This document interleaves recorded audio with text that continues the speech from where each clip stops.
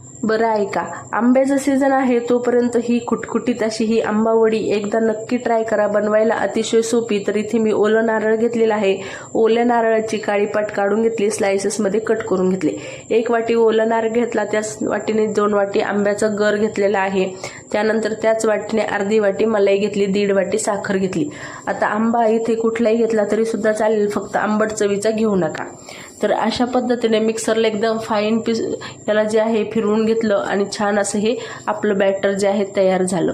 तर इकडे कढई ठेवली, जाडबुडाची कढई घ्यायची. कढई घेतली, त्यानंतर त्यामध्ये सर्व जे आहे आंब्याचं फिलिंग घातलं आणि कढई जे आहे मंद आचेवर आपण ह्याला छान असं शिजवून घेऊया. आता साधारण हे घट्ट होईपर्यंत 15 मिनिट लागतात, 13 ते 15 मिनिट. त्यामुळं पेशन्स ठेवणे खूप गरजेचे आहे आणि सारखं याला हलवत राहायचं, म्हणजे काय होतं, तळाला पण लागत नाही आणि शिजताना जे बुडबुडे अंगावर उडतात ते सुद्धा उडत नाही.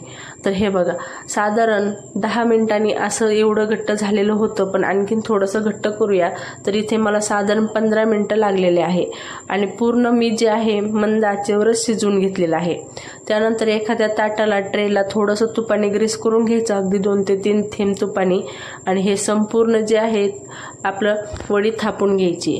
नंतर जे आहे एखादी वाटी घ्यायची, वाटीला थोडंसं तूप लावायचं आणि मस्त अशी सपाट वडी थापून घ्यायची. आता वडी गरम आहे तोपर्यंतच कट देऊन घ्यायचे, कारण थंड झाल्यावर कट देता येत नाहीत.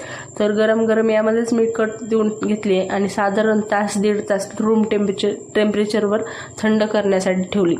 तर इकडे थंड झाली वडी की काढून घेऊया. मस्त अशी ही खुटखुटीत वडी तयार झाली. अगदी 2 ते 3 साहित्यापासून बनली जाते आणि फ्रीजमध्ये ठेवली तर 15 ते 20 दिवस टिकते आणि नॉर्मल टेम्परेचरला ठेवली तर 8 ते 10 दिवस सहज टिकते. प्रवासासाठी उत्तम आहे. त्यानंतर छोट्या बुकेसाठी किंवा मग जेवणानंतर काहीतरी गोड खायचं असतं तेव्हा सुद्धा उत्तम आहे.